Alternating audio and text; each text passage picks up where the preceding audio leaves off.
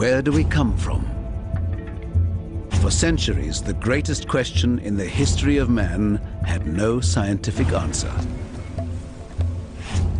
Then, the first evidence of a human ancestor started a scientific revolution.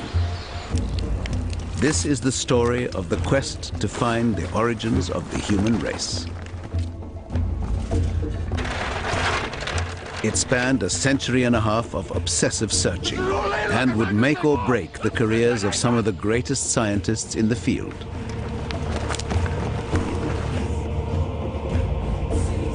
For the lucky few, chance discoveries opened a window on the hidden world of our ancestors.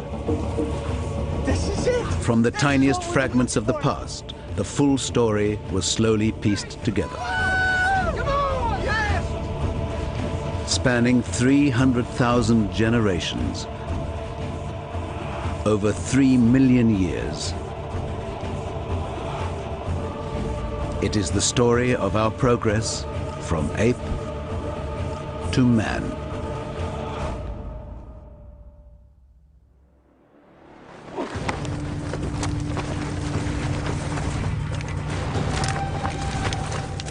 The search for the origins of humanity is a story of bones and the tales they tell.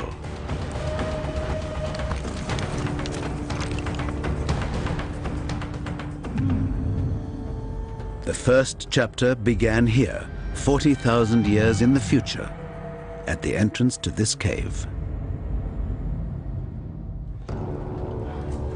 With the discovery of this man.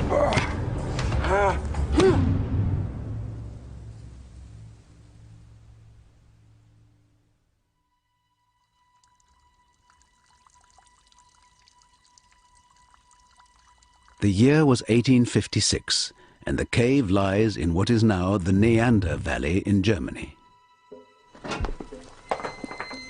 Workmen were digging for limestone, a vital ingredient in the local chemical industry. It lay under a layer of rock and soil.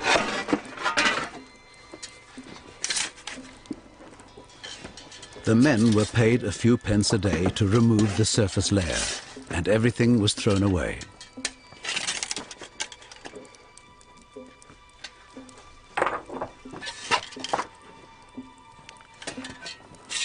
But then a spade hit something that didn't sound like a rock.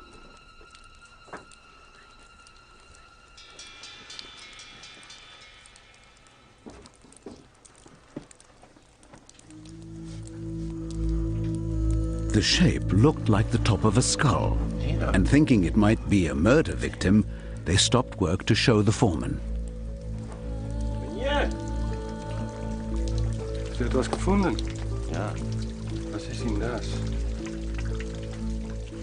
It was interesting, but he'd seen this kind of thing before and was happy to send it the way of all the other bits of bone they'd found, to be smashed up with the rocks.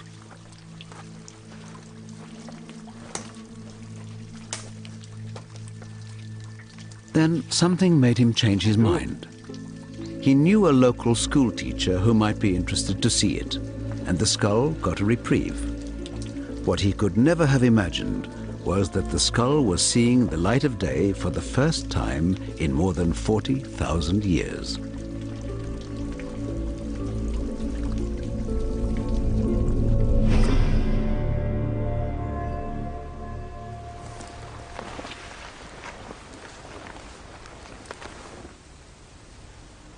In Western Europe, 400 centuries before Christ, the original owner of the skull was a living, breathing being, a hunter, a tribal leader, a father of children, and a member of the most successful species on the European continent at the time. Neanderthal man.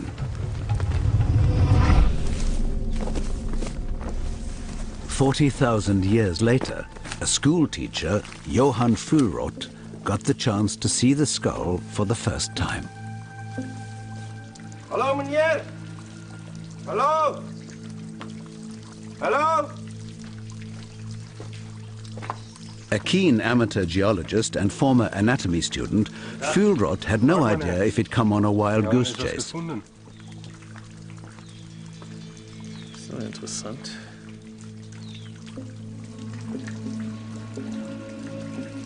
The moment he saw the skull, he knew instinctively that this was something extraordinary. It looked fossilized, which would make it thousands of years old, and it was clearly not an animal. But neither was it from a normal modern human being. This particular skull is the skull of Neanderthal, and it's big. This individual lived around 50,000 years ago, and by that time Neanderthals had developed a brain that was as large and in some cases larger than the modern human brain. You notice that it's rather long and low, and it's almost as if you grab the front of a human face and pull it out. You also have this big protruding nose, and in fact look how large that nose is. So they would have looked different from modern humans if you actually saw one with the flesh on it. Over 300 Neanderthal remains have been found from Europe to the Middle East. They all tell the same story of a short, powerful physique, perfectly evolved for the world they lived in.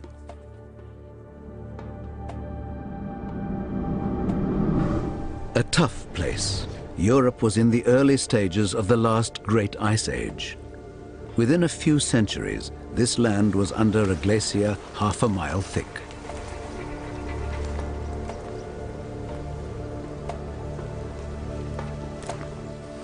At this time, the climate was fluctuating quite extremely, and we do know that they survived some of the major cold snaps, the major glacial advances. The only way to support advanced life here was with a high-protein meat diet, and that meant learning to be a good hunter or starve. What we do know from the skeletons, that Neanderthals were very robust, they were very strong, but they also had this huge brain. The tools found with Neanderthal suggest they developed sophisticated stone technology. Their weapons were the tools of their survival and needed to be maintained. If a spear failed at the critical moment, the hunt would fail.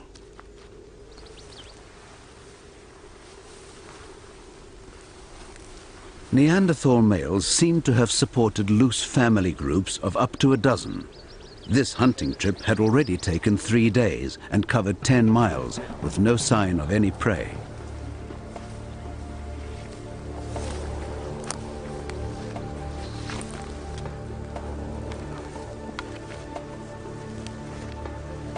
Then they found animal droppings.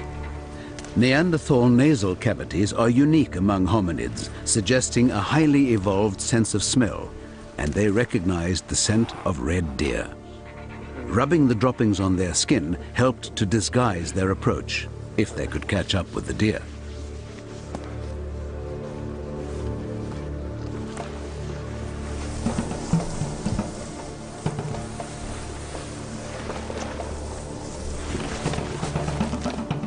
They'd had to range further in recent months to find a kill. Red deer numbers had fallen rapidly, and they had no idea why. What they didn't know was that they had competition. Competition that would one day drive them to extinction.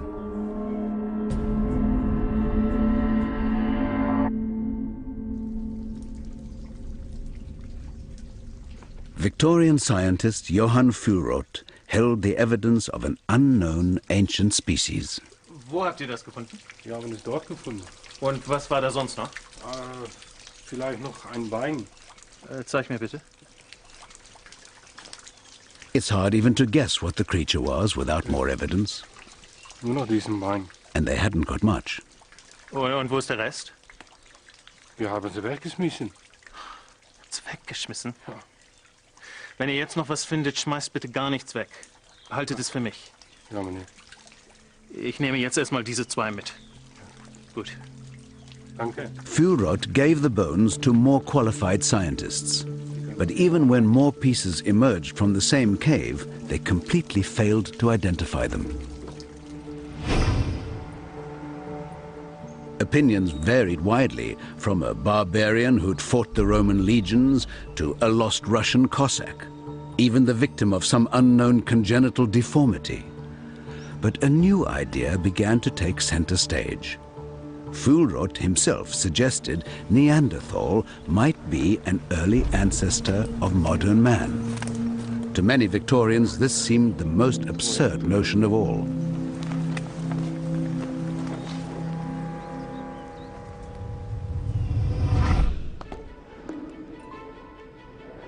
Then, in 1859, just 3 years after the bones were found, the notion suddenly caught on.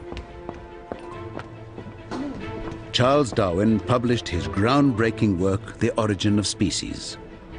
He suggested that all living things had descended from earlier, simpler forms by the process of evolution. And if it was true for every living thing on Earth, then that had to include us.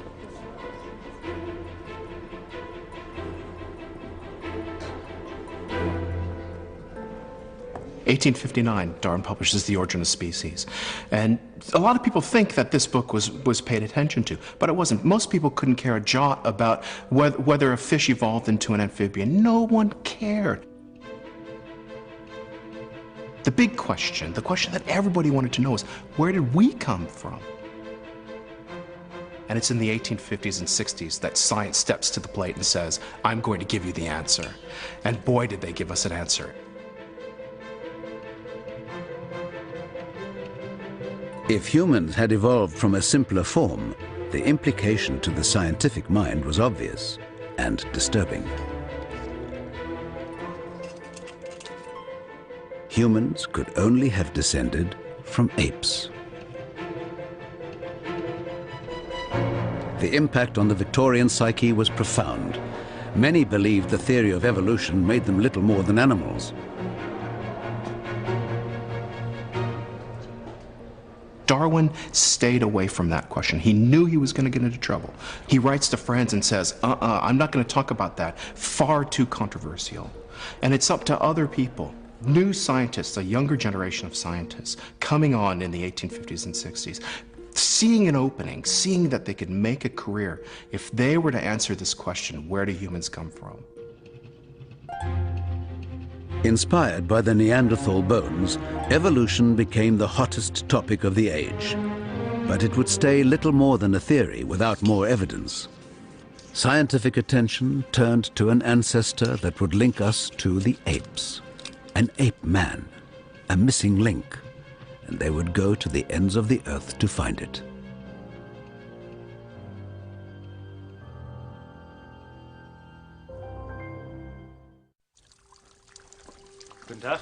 In the late 1800s, the world of science had become obsessed with the idea of a missing link between apes and man. And German scientist Johann Fuhlrott believed Neanderthal man was that link. Neanderthal seems so promising when it's first presented. It seems like it's going to be the answer. But on closer inspection, it starts to fall apart. Most importantly, the key fossils just seem to be too much like humans. Neanderthal, at best, is a man with some ape qualities.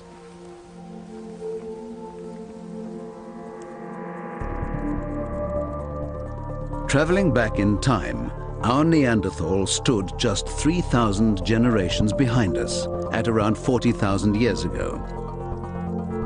To find a true missing link meant going further back in time to something more ape-like. The question was, how much ape and how much man would it be?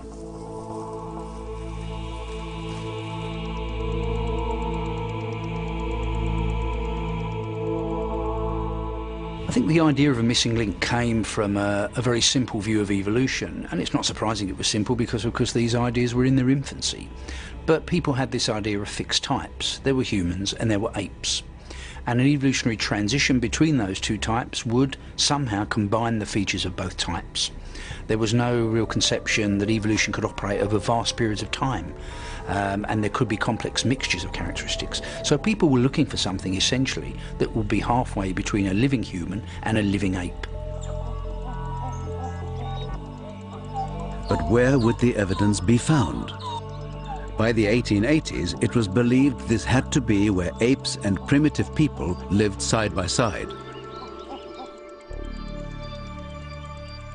And so the search moved from Europe to Southeast Asia and the Dutch island colony of Sumatra, home to both man and ape.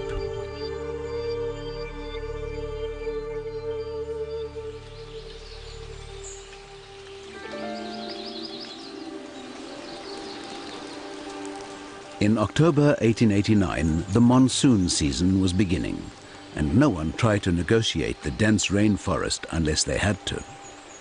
2 years ago, Eugene Dubois had a promising career as a doctor in Amsterdam, but his obsession with human origins had led him to take up the challenge to find the missing link. After abandoning his career and his civilized European home, the great dream had turned into a nightmare.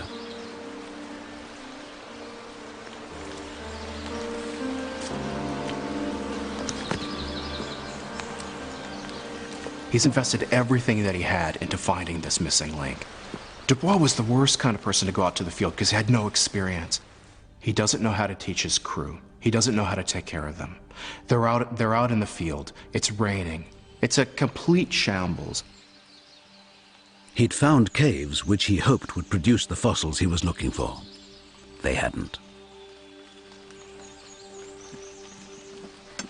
His engineer had given up digging, and all but a few of his convict laborers had run away or were sick. To make matters worse, Dubois had malaria. The same deadly disease had already claimed the life of his first engineer, and he was about to lose all patience with the second.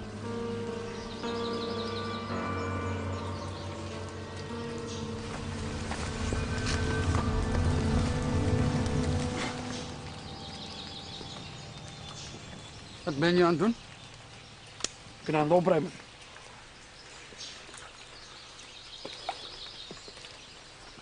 Ik moet betalen om dingen te vinden. Wat heb je nou eigenlijk gevonden in de afgelopen 2 weken? Genoeg. Genoeg. Daar is dit. His engineer had just lost his workmate and he hadn't been paid for a month. But this meant nothing to Dubois. Poor Eugene, he desperately wants to find something, desperately wants to make a name for himself. He comes up with absolutely nothing. After months in the jungle, Dubois had just a few animal fossils to show for the time and money he'd spent. Is dit? Is alles? Ja, meneer. Maar dat is net niet goed genoeg. Dubois had many trials and tribulations, and someone who was not as driven, not as determined, not as obsessed, I'm sure would have given up and gone home. Daar is niks. We hebben gezocht. En dan kijk je toch weer. Kijk zelf. Sorry. Er zijn genoeg mannen daar. Ik weet niet wat zo voor heel zo lelijke werkers denken. Oh, vind er een dan! Wat? Je hebt me gehoord. Vind een dan. Goed dan. Dubois realized his attempt to find the missing link here had failed, and he fired his engineer. Goed dan!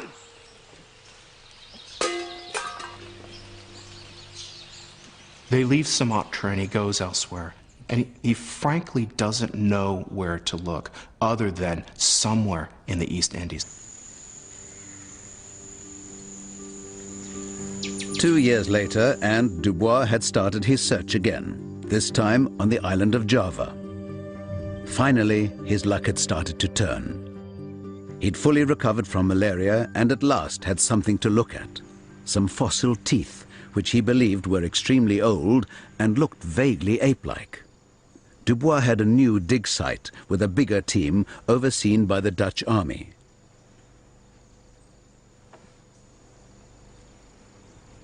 Every so often they brought him material they thought might be of interest, and one day, in October 1891, he got another batch.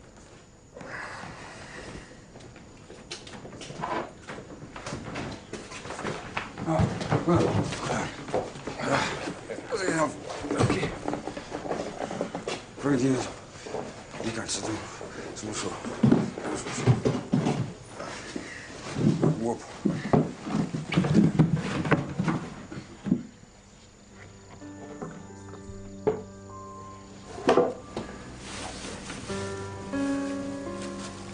It contained a fossilized skull.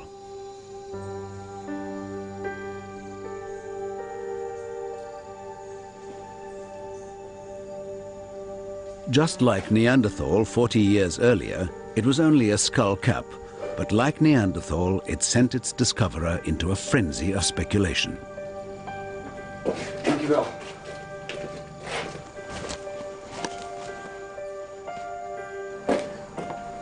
The surrounding forests were home to a variety of apes, but he knew that this was not from any known ape.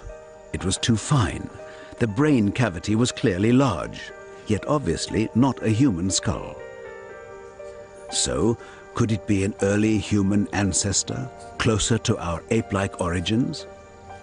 The only thing he could compare it with in his mind was Neanderthal.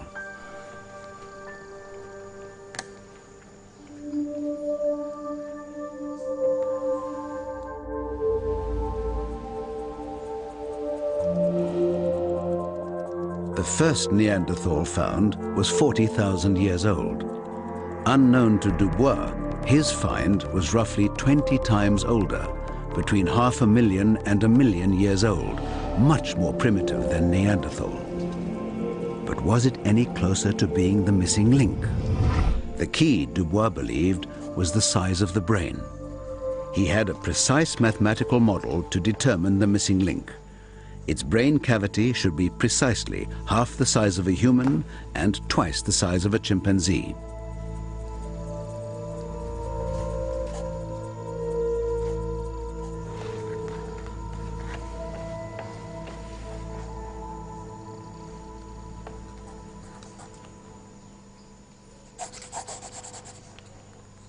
But when he calculated the brain cavity of this skull, it was the wrong size.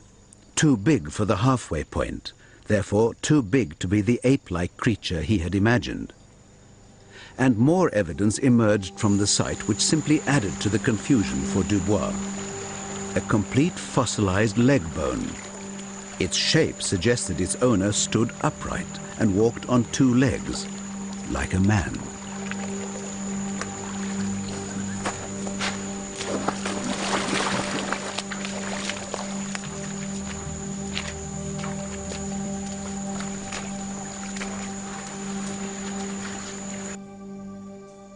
Dubois couldn't change his evidence, so he changed his model.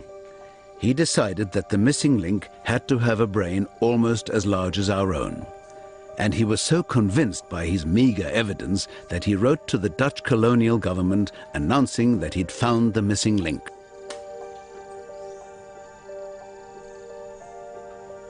He called it Pithecanthropus erectus, upright walking ape man.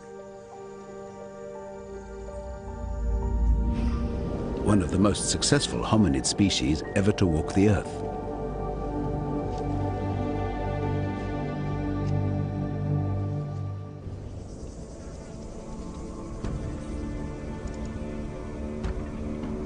In Africa, 800,000 years ago, and 10,000 miles from where Dubois found his upright walking ape, this is the same species, today called Homo erectus, upright walking man. They'd been able to colonize Africa, Asia, and beyond thanks to a unique combination of physical and mental qualities.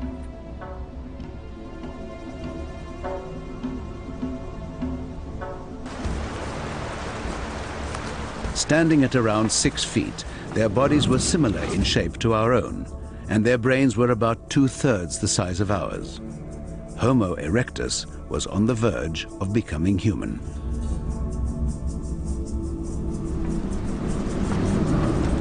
One of the main reasons for this was diet, because for the first time in our evolution, we had access to the concentrated protein of meat. Yet there's no evidence that Homo erectus was a true hunter. This antelope was most likely scavenged from a leopard kill, the spears used to drive away the predator.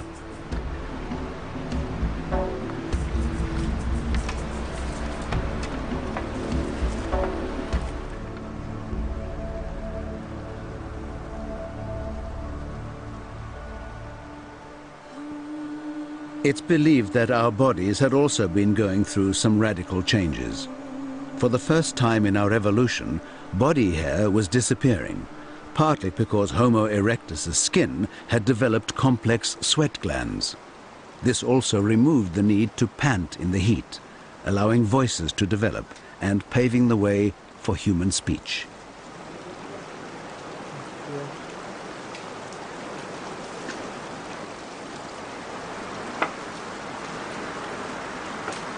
But it's their stone tools that showed how advanced Homo erectus had become. We find the appearance of a thing called the hand axe, which has been called the Swiss Army knife of the Paleolithic. This is a multi-purpose tool. It's shaped very consistently, worked on both sides, worked very skillfully, and erectus developed that certainly close to 1.5 million years ago. So this was a big advance in technology. These people were part of a larger group, the beginnings of a tribe. But they stayed together as a tight-knit family, and there is evidence that they had learned to care for each other through sickness and injury.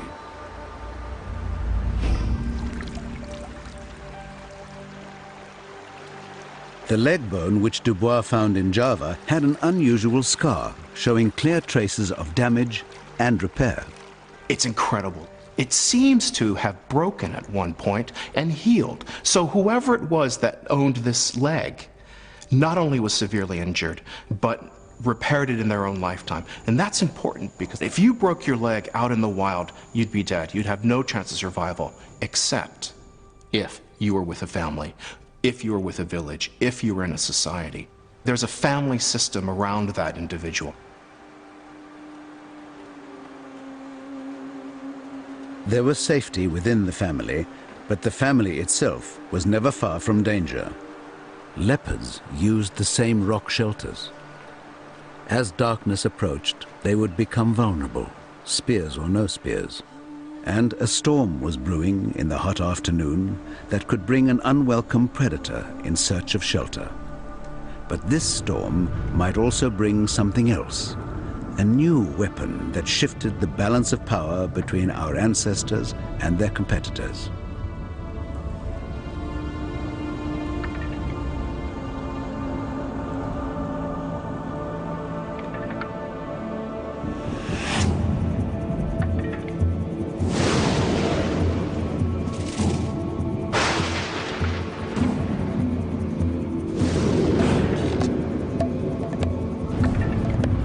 One of the most important pieces in the human evolutionary puzzle, a gift from nature. Every animal on Earth that had ever encountered fire had run away from it. Homo erectus was at a crossroads of human evolution. If they could do the unimaginable and conquer their instinctive fear, they would harness a new power. They just needed the nerve to reach into the blaze.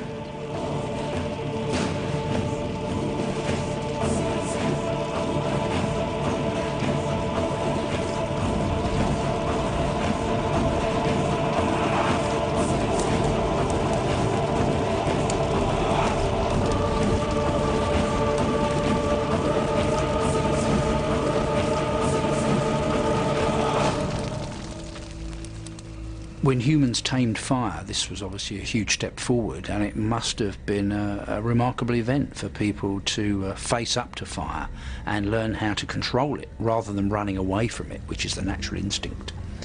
And once they could do that, once they could capture fire and eventually even make it at will, this was a huge advance. The impact of fire was enormous on human evolution.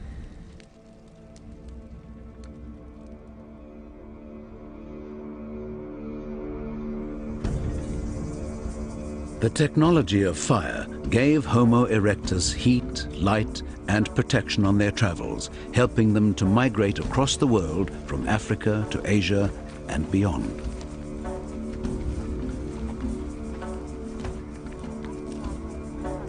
This is how Eugene Dubois came across their fossil remains in Java. But this nearly human species was very different from Dubois' idea of an upright walking ape man.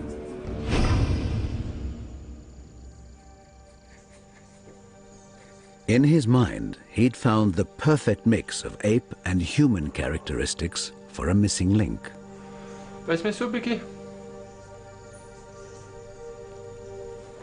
All he had to do was convince the rest of the world. And it wasn't going to be easy. I think he must have thought that the world was ready for this, and when he announced it, the world of science would be at his feet for making this great discovery that the world had been waiting for. And of course it didn't work out like that, because when Dubois actually tried to publish the material and showed people the material, their view was that it was too ape-like to be a missing link.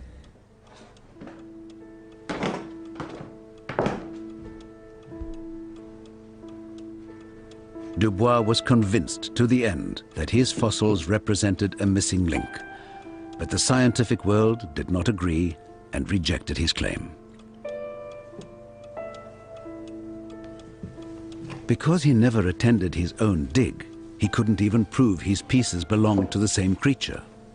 The verdict of most experts was that the leg was human, but the skull looked like an unknown species of ape. He leaves Dutch East Indies, he goes back home, and no one's paying any attention to his work. No one's paying attention to his fossils. And it must have just broken his heart. He ended up basically assembling his fossils and said, right, if you're not going to pay any attention to me, you're not going to get access to my material. Must have been one of the greatest sulks in scientific history. If you don't believe me, you can't look at my stuff.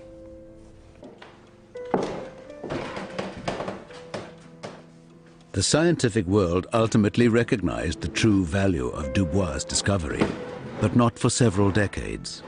In the meantime, the search for the missing link continued. And at the start of the 20th century, the focus turned from Asia back to Europe, because in Britain, a discovery was made that amazed the world and created one of the biggest scandals in scientific history. This is definitely not a stone. Arthur, look, look. Teeth. What? Suddenly, a new contender that fitted the idea of a missing link perfectly. In fact, it was almost too perfect. Well, Dr. Watson, what do you think? But then, forgeries often are.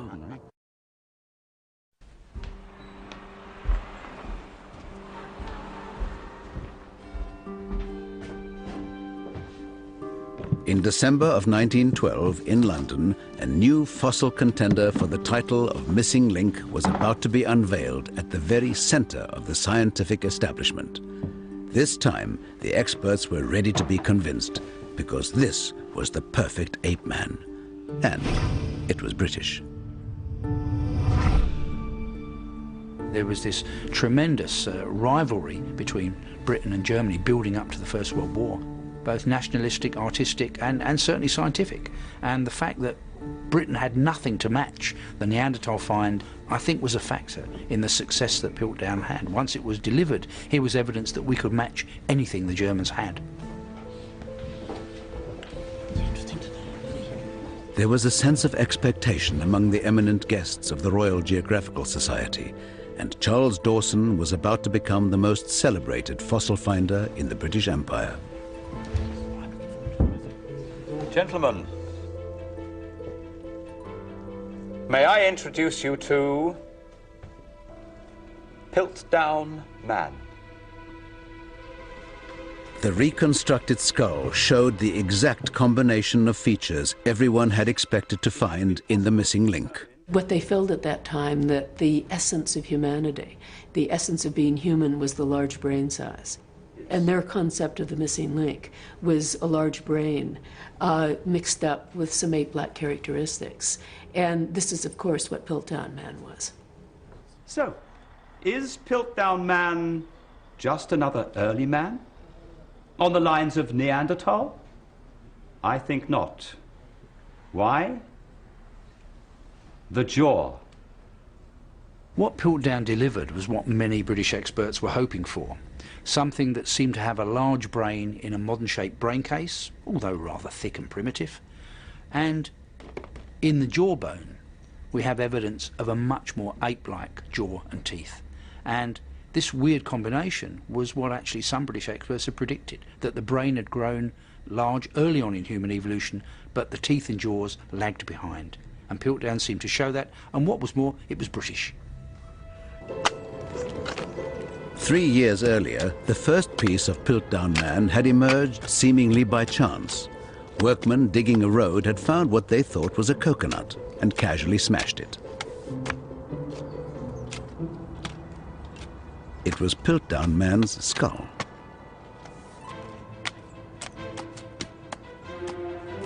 Charles Dawson was an amateur fossil hunter with a burning ambition to find something truly earth-shattering.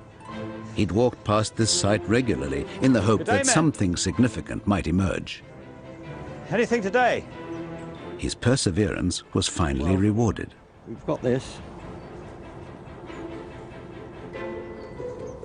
When he examined the first piece, he instantly recognized it as a skull fragment. Where's the rest of it? And there could be more. Be in there somewhere. Do you think you could find it for me? You can try. Agreed? I say yes. Yeah. All right? Yeah. Good. Dawson knew he was onto something at last. But to get maximum exposure for his find, he knew he'd need to involve an expert.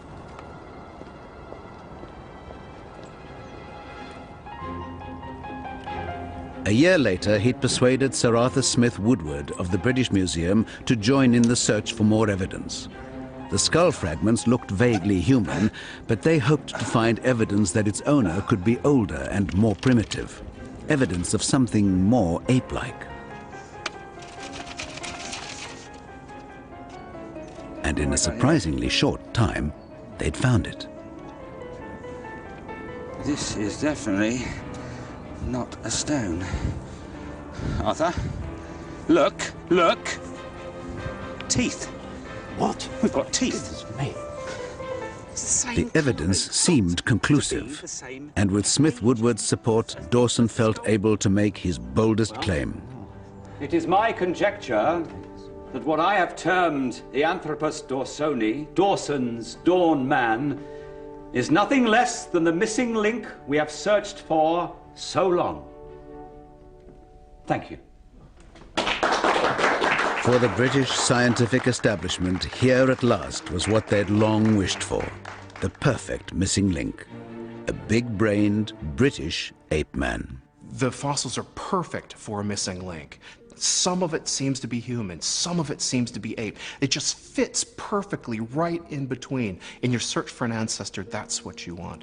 You know, it was almost too good to be true, but because everyone was looking for something, because everyone wanted to find that first Briton, nobody dug deeper.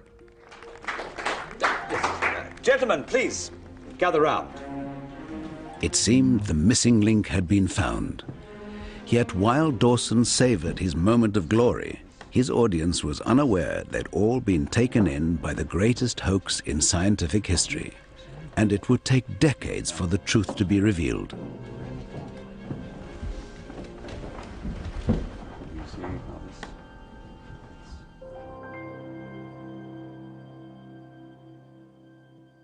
While the experts in England contented themselves with fakes, real scientific treasure waited to be discovered. But it was in a part of the world that no one at this time even cared to look. Southern Africa. Charles Darwin believed Africa might be the cradle of humanity because it was the home of the great apes. If our closest ape relatives were still there, then the ancestral link between us might lie there too. If so, evidence was bound to turn up sooner or later. It just needed someone to recognize it when it did.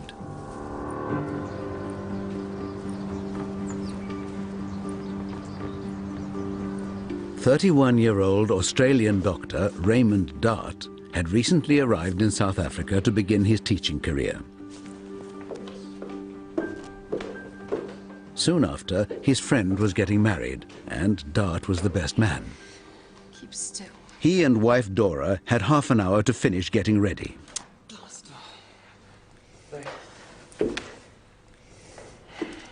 I'll have to put it back on. But Dart's mind was elsewhere. He'd been collecting fossils for the last few months, sent to him by students and colleagues. A week ago, he'd got news of a spectacular fossil found in a nearby lime quarry, and it had just arrived by train.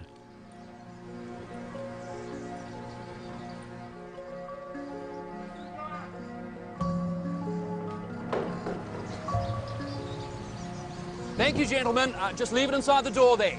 Thanks. Dart's wedding duties were just minutes away, but he couldn't wait. The promise of a spectacular find was too much to ignore. I'll be one moment. I'll be quick. I just want to make sure it is what I think it is. You can't go burrowing in boxes of rubble now, Raymond. You really, really can't. I won't take long. Raymond, please just leave them alone until tomorrow. I'll be quick.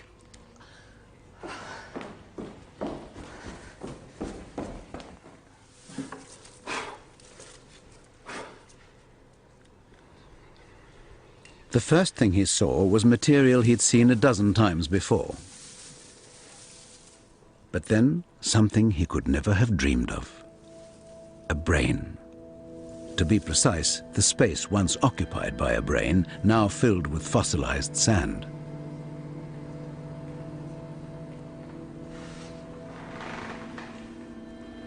I knew at a glance that what lay in my hands was no ordinary ape brain. Here was the replica of a brain 3 times the size of any baboon, and considerably bigger than an adult chimpanzee. Yet it was not big enough for a primitive man. But whose brain was it?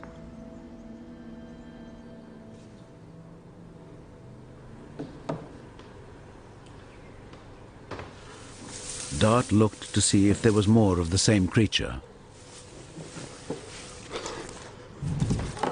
He found a piece of rock with the outline of an upper jaw. Behind it, a hollow space. When he matched the brain to the hollow,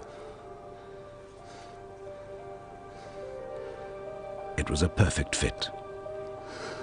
He realized he had both the brain and skull of an unknown ape man, but the face was buried in solid rock.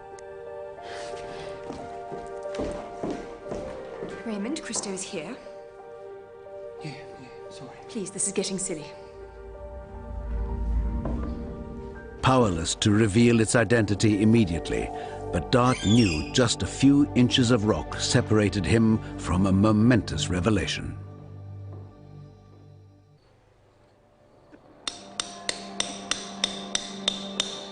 Raymond Dart had been sent the head of a fossilized ape man, which he hoped might be the missing link. But it was buried in a lump of solid rock. It took him 7 weeks of painstaking work to reveal its identity.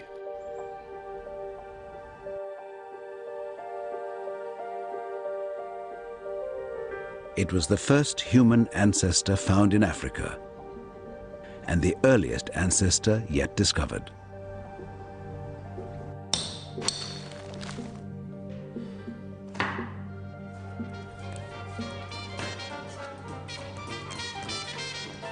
The moment of truth came on Christmas Eve, 1924.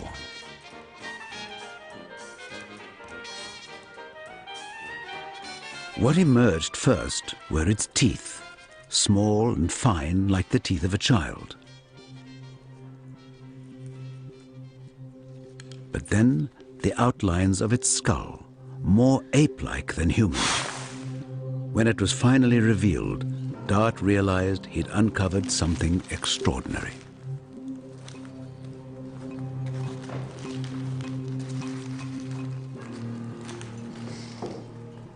A combination of human and ape features that had never been seen before in the face of a child.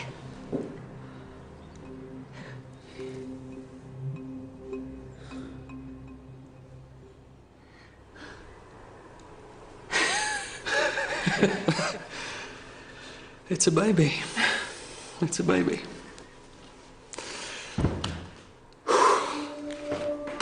The fossil had been found in a limestone quarry at a site called Taung, so Dart called it Taung Child.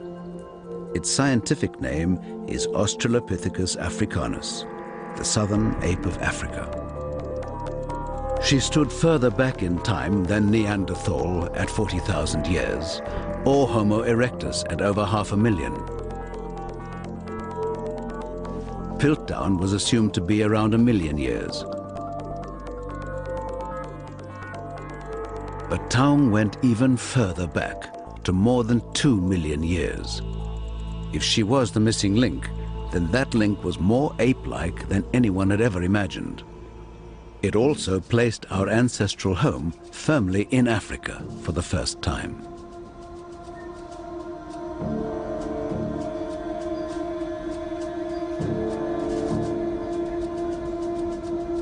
In South Africa, 2 million years ago, the world of Taung Child, just like the savannah today, was a place of food scarcity.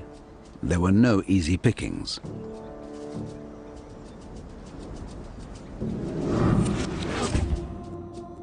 Taung's mother, at a little over 3 feet tall and just over 5 stone, was no hunter, but supplemented her diet by scavenging from the scraps left by predators.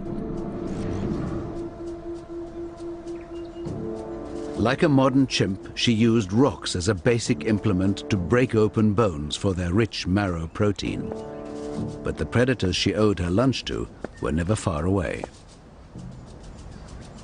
You've got saber-toothed cats, you've got giant hyenas, you've got hunting hyenas, a whole plethora of carnivores, very dangerous carnivores that we don't have anymore. And they would have all been eating or going after things like the Taung Child or even Taung's mother. Absorbed by the remains of a carcass, the mother had placed her child a short distance away in the shade of a tree. Her 3-year-old was the size of an 18-month human infant and had no protection apart from its mother. She knew there were threats, but she'd keep one eye out for the child, like any parent.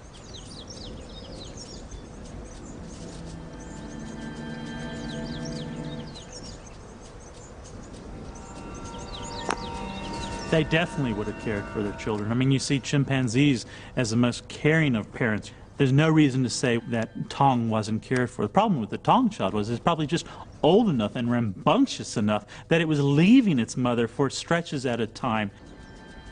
The mother was unaware that the baby had wandered away until it was too late.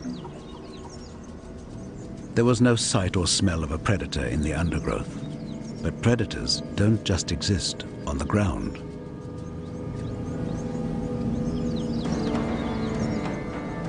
You've also got a threat from eagles. They've been documented to take human children up in Kenya to the age of 6 years of age. I mean, an eagle has these incredibly strong talons, greater, it's a lovely quote, greater lift-to-weight ratio than an F-15 fighter jet. The child was unaware of the danger from above. The mother saw the eagle and the child in the same moment, but couldn't get to her baby quickly enough.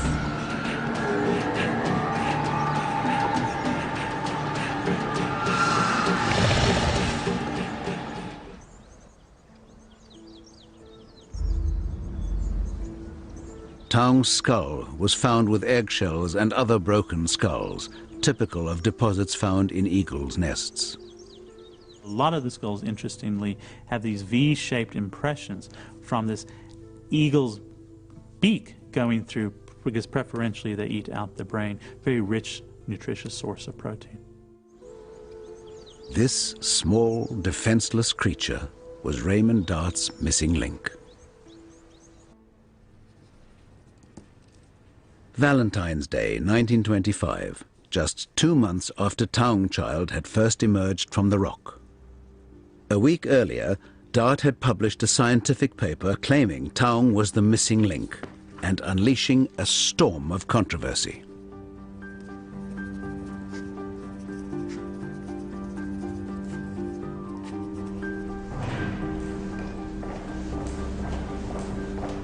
Dart thinks he's got the missing link. But there's also this Piltdown specimen that matches what the scientific establishment thinks.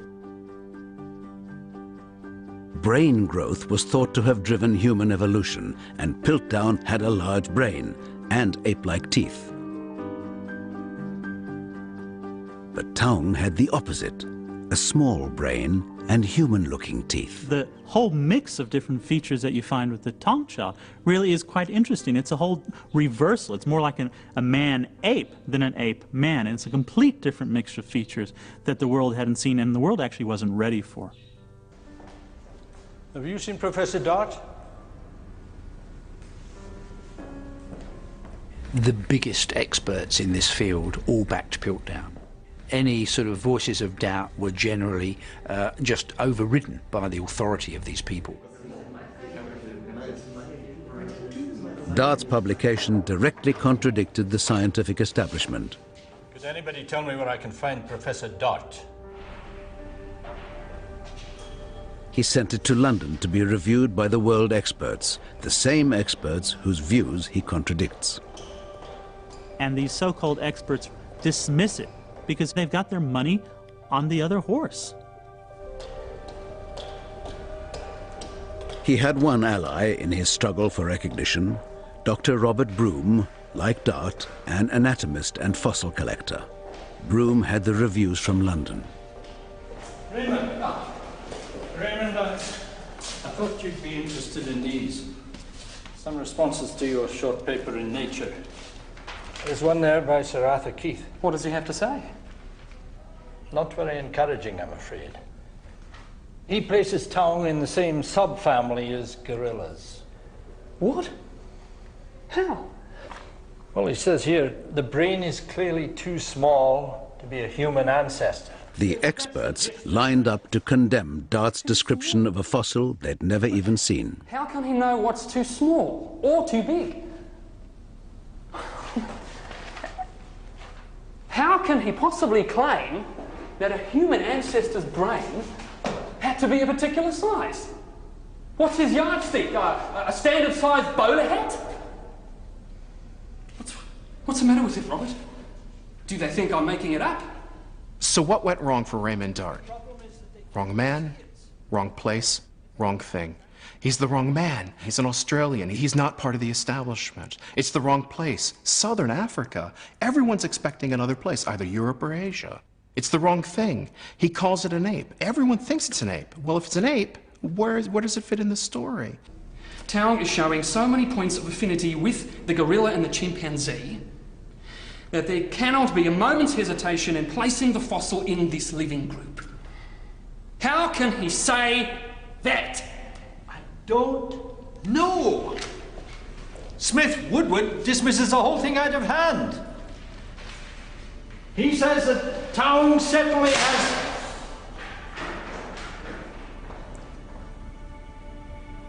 Sorry, old man.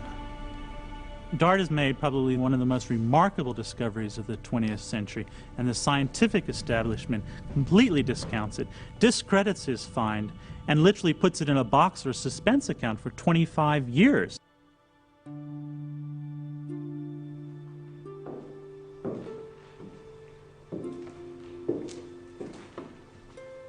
In the 1920s and 30s, the most widely read textbook on human origins did not even mention Dart's find. His work was not taught in universities. Dart had suffered an incredible amount. I mean, Dart was really put in kind of scientific obscurity. And it really is not until the late 40s that he starts, again, once that tide of opinion starts to turn and shows that he was actually correct. It took a quarter of a century of digging in South Africa's limestone caves to produce the evidence Dart needed. By the late 1940s, a dozen fossils similar to Taung Child finally proved he was right.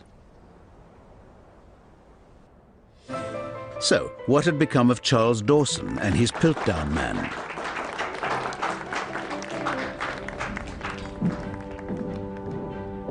"40 years after it emerged as the prime contender for the missing link, the Piltdown fossils were examined scientifically for the first time. and finally revealed for what they always were, an elaborate hoax. There was embarrassment and puzzlement, astonishment, disbelief in some cases that this thing was not genuine. But I think for the greater world of science, there was relief, particularly outside of Britain, because so many people by then had decided there was something peculiar about Piltdown, even if they couldn't put their finger on it. At the Natural History Museum in London, scientists decided to apply some newly available chemical tests. But as soon as the sample was drilled from the jawbone, they noticed something strange.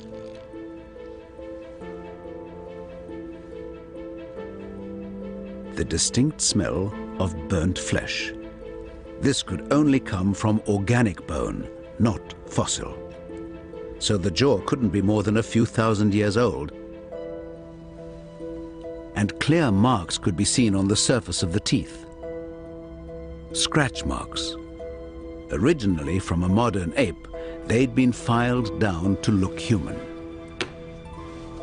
The entire assemblage, stained to look old, was a forgery. It has never been proved who the perpetrator was. But with the demise of Piltdown, an old idea died with it, that a big brain was the defining factor in the missing link.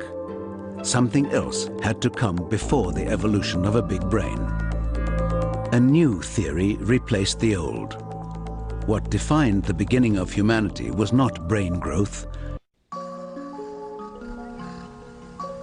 In 1915, a young boy named Louis Leakey was looking for stone tools near his missionary home, the beginning of a lifelong obsession that led Leakey to revolutionize the story of human origins.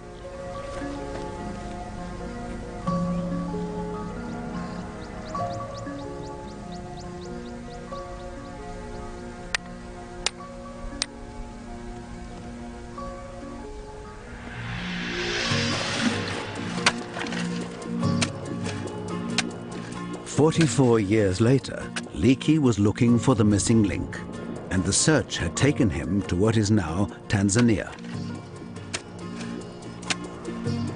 Leakey had persuaded the scientific world that what defined the first human ancestor was tools. Now, all he had to do was find one. He was supported by his second wife, Mary, and her son, Jonathan, just out of school. Oh, you got something, boy. They found plenty of stone tools, but no sign of Leakey's tool maker. He'd been looking here for 22 years. His luck had to change soon.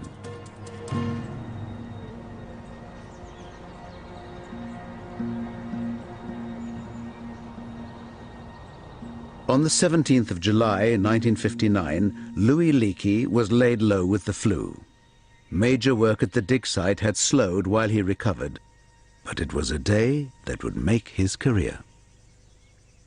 In the cool of the early morning, Mary took the opportunity to walk her dogs and headed away from the camp.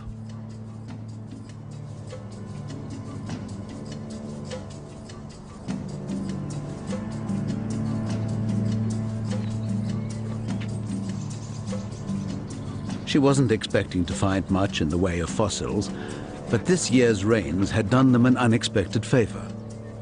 As she casually scanned the broken surface, her mind suddenly registered an unmistakable shape exposed in the dirt.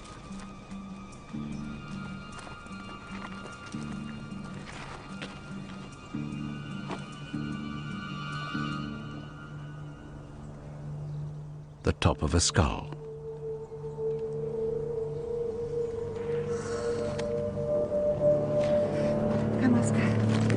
Mary was convinced it must be the toolmaker they'd been searching for. Lois, darling, please wake up. I found something very important. Darling, please, I know you're not feeling well, but try and wake up. What have you found? I don't know. That's why I want you to come and have a look. You're going to have to help me.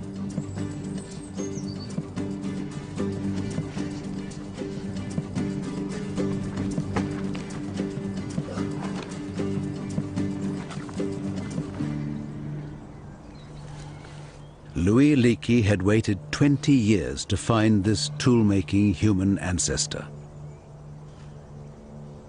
Well done, my dear. You have better eyes than me. But this was not what he expected to find. The skull was more ape-like than he'd ever imagined.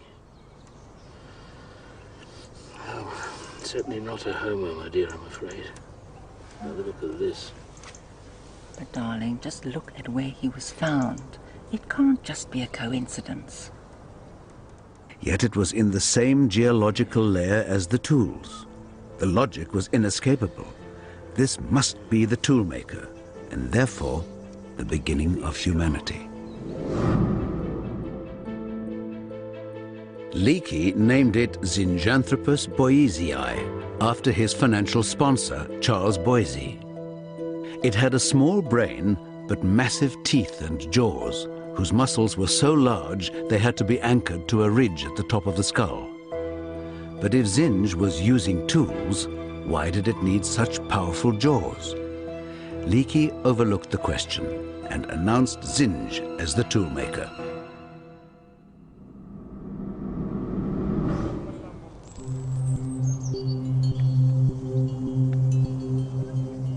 For a year, the scientific world accepted Zinj as the tool-making missing link. Then, in 1960, Leakey completely changed his mind. Mary was on her way from the camp into town one day when a can was dislodged in the back of her Land Rover. When she stopped to fix it, she noticed a familiar shape in the earth, another piece of skull, of an entirely new, more human-like species.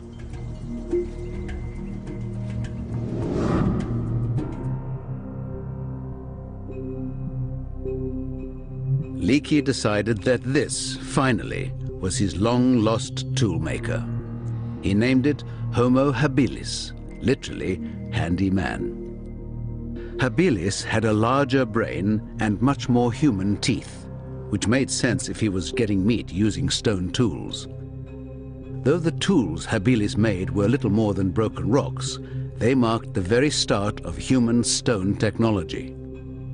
But if Habilis is the toolmaker, why was Zinj also found with the tools?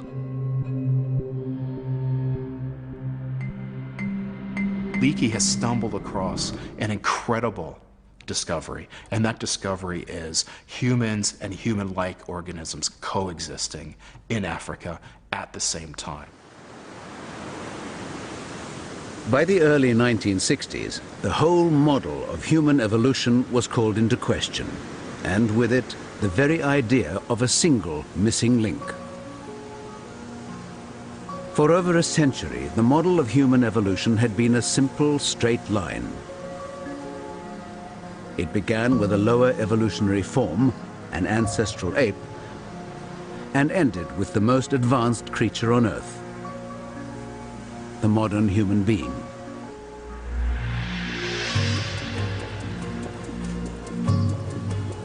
And somewhere in the middle, there had to be a missing link between the two. So, when Leakey found Zinj, it took pride of place. Until a new candidate arrived.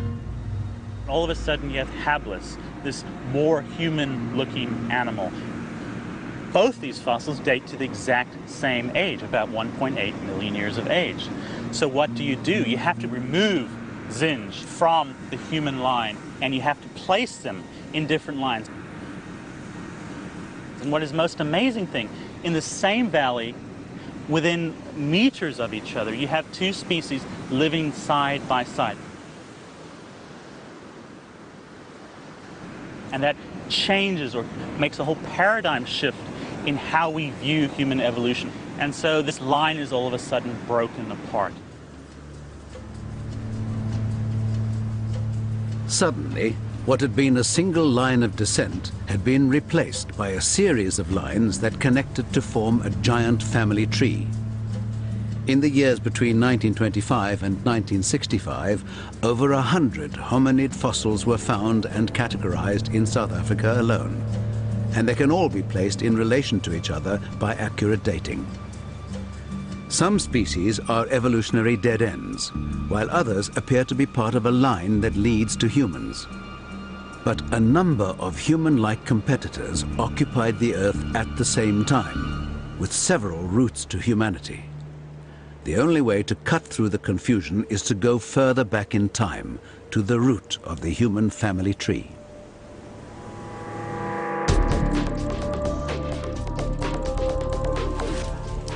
Before we had a big brain, long before we used fire and language, before we even made tools, the creature everyone was looking for marked the very beginning of humanity.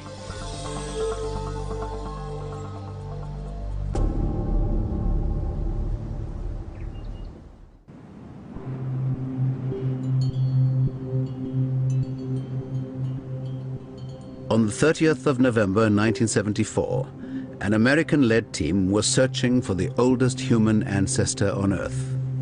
And the search had a new focus. The northern end of the Rift Valley in Ethiopia. It was then possible to date rocks very accurately, so it was possible to be more precise than ever before about where to dig.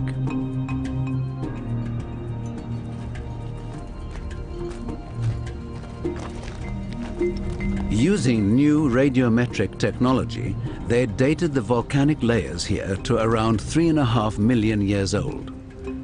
Team leader Donald Johansen was a rising star in the world of anthropology. He knew Dart's Australopithecus africanus lived over 2 million years ago. And Leakey's Homo habilis at about 1.75 million. But they were on separate ancestral lines.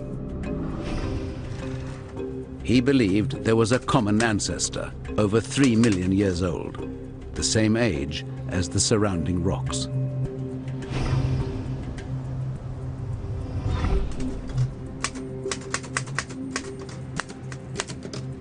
Johansen had been kept away from any digging by essential paperwork, a chore he was determined to finish. But his colleague, Tom Gray, returned from the site with other ideas. How's it going? Actually, very boring. There were areas they hadn't surveyed for a while, away from the main dig. You need a break? I was thinking of taking a hike out to Bed 3. Yeah? You want to come? I don't know. I gotta finish this. I mean, this is pretty urgent. I gotta do something. The urge to do what he came here to do finally got the better of Johansen. Let's go. He made a decision that changed his life. They headed away from the site to explore a couple of isolated gullies. They had no idea they were just a few hundred feet from the greatest fossil find in history.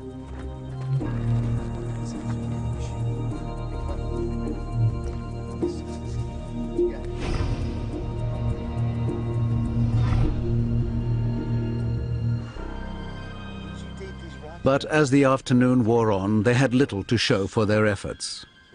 They surveyed for a couple of hours. By mid-afternoon, the temperature was approaching 40 degrees, and all they'd found were a few teeth from an extinct horse and part of the skull of a pig.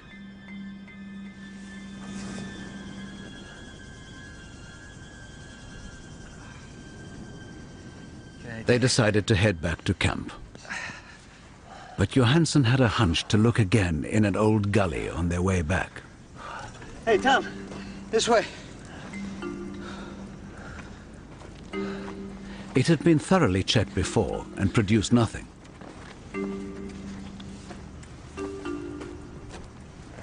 Hey, man, what's up? But today, something caught Johansen's eye. Come here, Tom. A shape in the dirt that just seemed too regular to be a stone. See that? It was a fossilized arm bone. That's an arm. It's a hominid arm. And there was more. That's hominid too. Parts of a small skull, Jaw, pelvis, arm. Oh my God, this is... In all, nearly 50 pieces of fossilized skeleton. Watch your feet. What do we have here, huh? What's going on? I don't know where to stand, man. I know, don't. Good. This is it. This is what we've been looking for. I can't believe it. One unbelievable thought went through his mind. What if all the pieces fitted together? Could they be parts of a single, extremely primitive skeleton? Hey, guys! Come on! Come on! Yes! If Don Johansen was right, he was looking at the most complete skeletal remains of our earliest human ancestor yet discovered.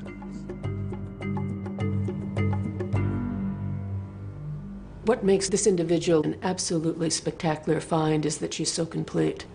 For the first time, we had more than the odd broken bone for one specimen. We had virtually an entire skeleton. What's missing on one side is present on the other side.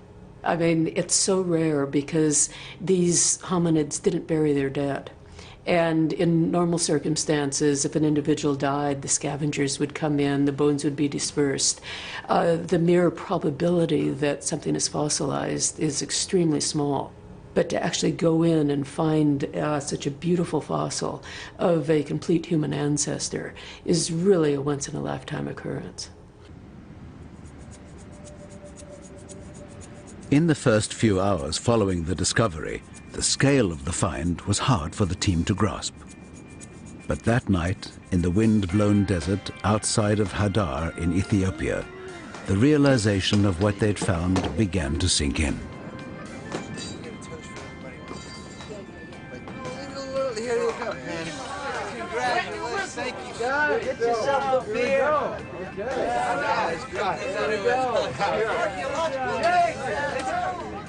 Inspired by a tape of the Beatles' song Lucy in the Sky with Diamonds, the new fossil picked up a name, Lucy.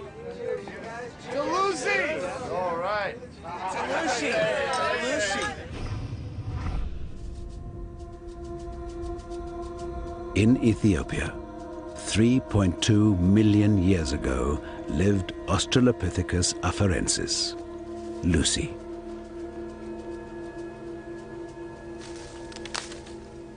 She put together the pieces of what one of our ancestors at this point in time really looked like. And it was a huge shock because what she looked like was basically a chimpanzee. Lucy would have been a tree dweller in a changing land. For 50 million years, her ancestors had inhabited the trees of Africa. But the land, once covered with unbroken forest, gave way to grass and scattered woodland. Her diet was mostly the fruit of trees like this fig. But one tree would not support her for long, and unlike her ancestors, she could no longer swing to the next tree. She had to find another route.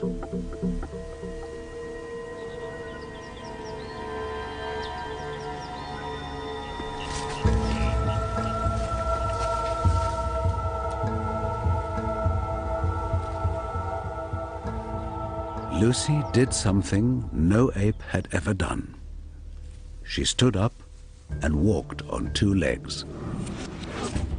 In her body and behavior, Lucy is in most respects an ape, from her diet to her small brain and habitat. The big difference is the way she walked. Walking upright is the first piece in our evolutionary puzzle, the first step on the road to humanity. The initial ancestral change that we see in human evolution is not brain expansion. Interestingly, it's not even stone tools. The first major innovative change that you see in evolution is none of what you would expect to find with humans or humanity, but it's the ability to walk on two legs bipedally.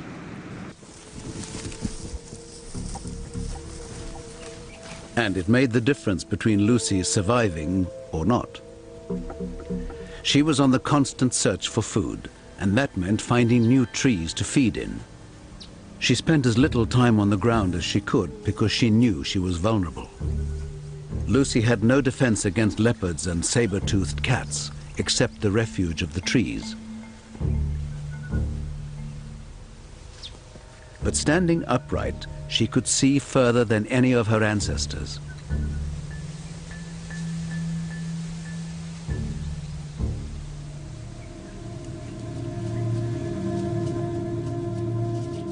Sensing movement in the grass, she runs.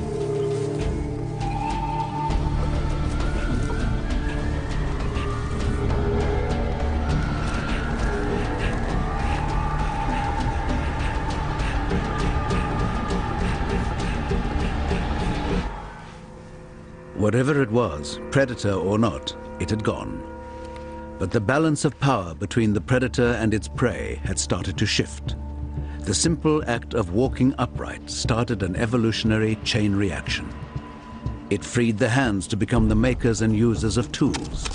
And it was tool use that would one day power the brain's growth with protein from scavenging and hunting.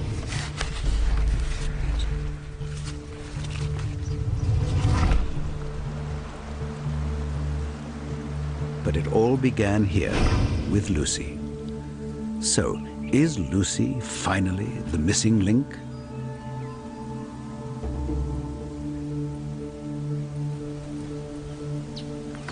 In a sense, Lucy is a missing link, but they all are missing links. Because without each step in the record, without each missing link, we wouldn't have ourselves today. They're all links of how we've gone from a Lucy to a Tong child, to a habilis, to a Homo erectus. All of these are links leading towards Homo sapiens. Having traveled back in time over 3 million years, we'd found a creature that seemed to begin the human line. Yet Lucy was a long way from being human. We found the common ancestor of all the things that are human. But at the end of the day, it's a bit empty. Look what we don't find with Lucy. We don't find culture. We don't find the things that make us human. We don't find our humanity.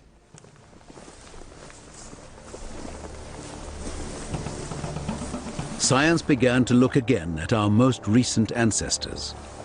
40,000 years ago, a successful, intelligent hominid species occupied Europe. Neanderthal man. Could he hold the key to how we finally became human?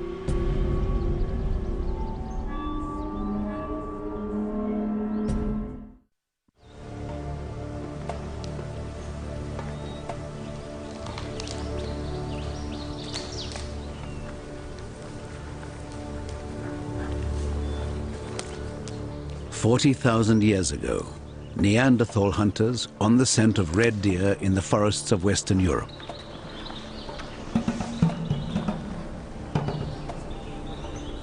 They had been tracking the same herd for 3 days. But they were opportunist hunters, and a wild pig was too tempting to resist. But they missed their first attempt, and the pig disappeared into the undergrowth.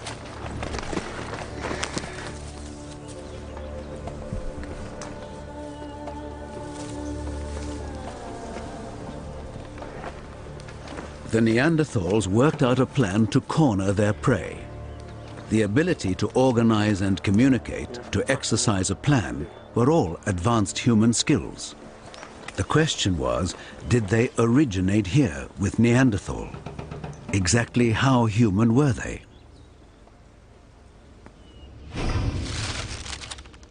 June of 1996, the vaults of the Rhineland Museum in Germany. Genetic scientist Matthias Krings from Munich University was about to attempt to answer that question.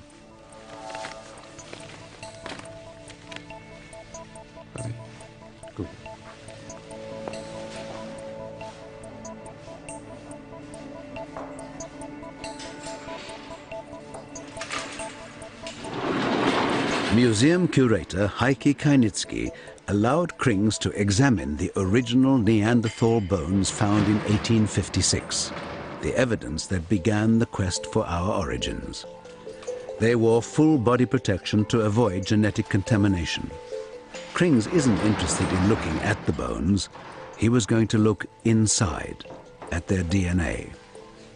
It had been thought impossible to extract DNA from any sample older than 10,000 years.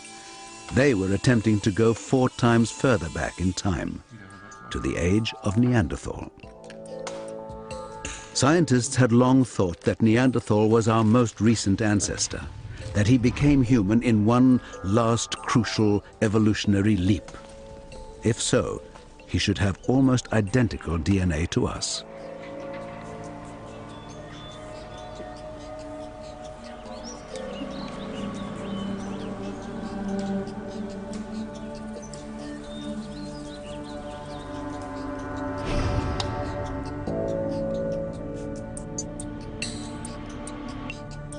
In Munich, Matthias Krings finally had the 2 sets of DNA results, Neanderthal and modern man. Und? Was siehst du? Was sehe ich? Ich habe keine Ahnung, was ich sehe. Das kann doch wohl nicht richtig sein. Between any 2 people, there should be an average of 8 differences in the same piece of DNA.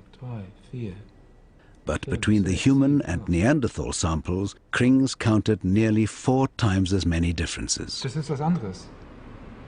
Das ist was völlig anderes. Ich habe sowas noch nie gesehen. Mann, bist du dir sicher?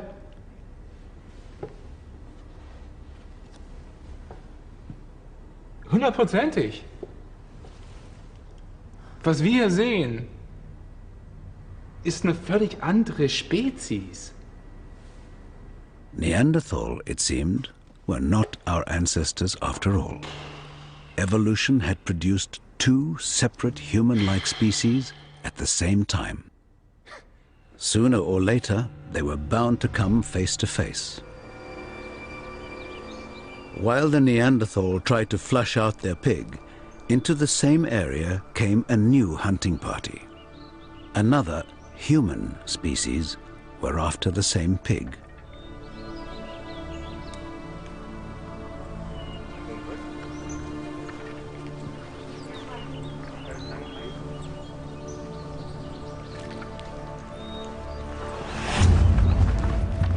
At the time Neanderthals went to extinction, we know anatomically modern humans, people like us, had also moved into Europe and were competing with them perhaps for those areas where it was slightly easier to catch the game. Modern humans that have larger group sizes, more efficient tools maybe, they might be just that better at hunting. The Neanderthals' plan to corner the pig had failed. They'd lost sight of it in the undergrowth. Then it seemed to have broken cover, further down the hill. In fact, the modern humans had got there first.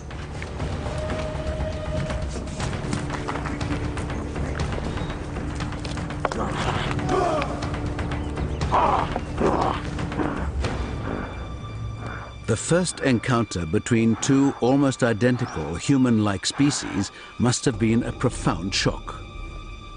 In this tough Ice Age world, there was only room for one of them.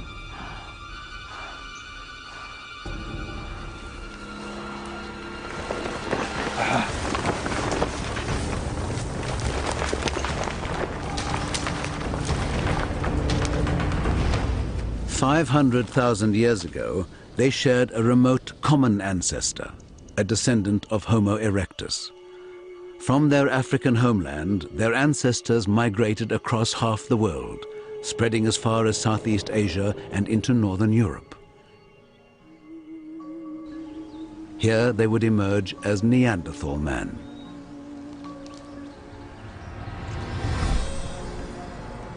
But the ones who stayed behind in Africa evolved too. And just under 200,000 years ago, a new species first appeared. Homo sapiens, modern man. They too were hunters, but some scientists have suggested they supplemented their diet with fish, spurring their brain development.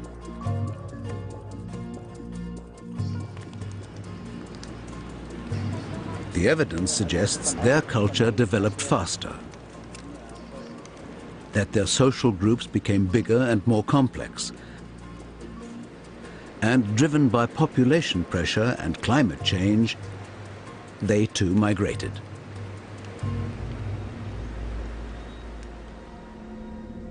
It took 150,000 years to spread from Africa to Europe, and as they moved further and further north, their appearance changed.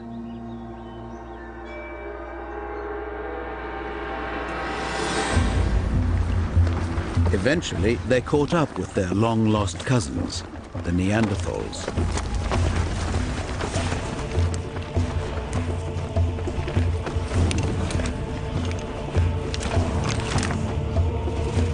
The European continent was losing one of its oldest, most successful species.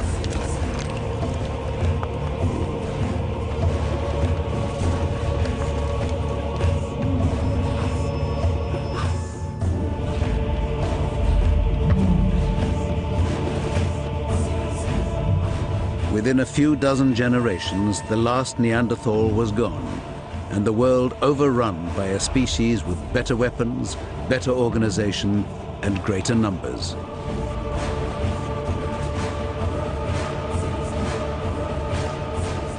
Modern man.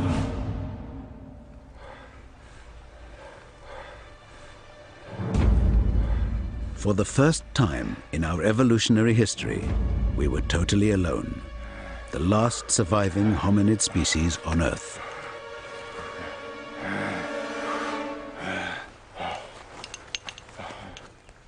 Within 40,000 years, Homo sapiens had colonized the whole world, free of any competition.